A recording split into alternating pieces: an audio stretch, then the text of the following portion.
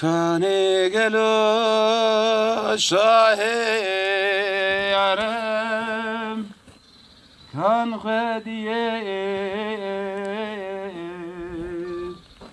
Ali nese yani Muhammed Mustafa.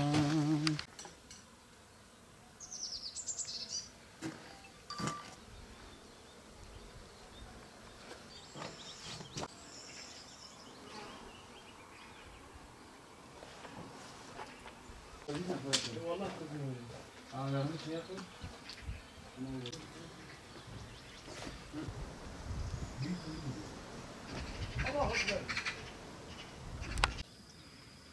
Ben geri geleceğim ya, bana da zahmet olmasın. Bana biraz batarya zaten. Mehmet abi hazırsın.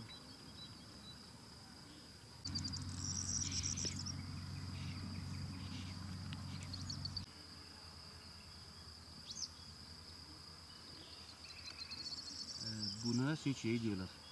O kolonya şey diyorlar. Ne bak ya. Allah onu affetsin diye bak kangal getirin. Bir köpeği görsen şey yazsan. Be kardeşim sen nasıl cevap verin? Bu hakkı sadece bizim bildiğimiz bir şey yemek değildir ha. Biz yol arkadaşıyız da ben senin rahat.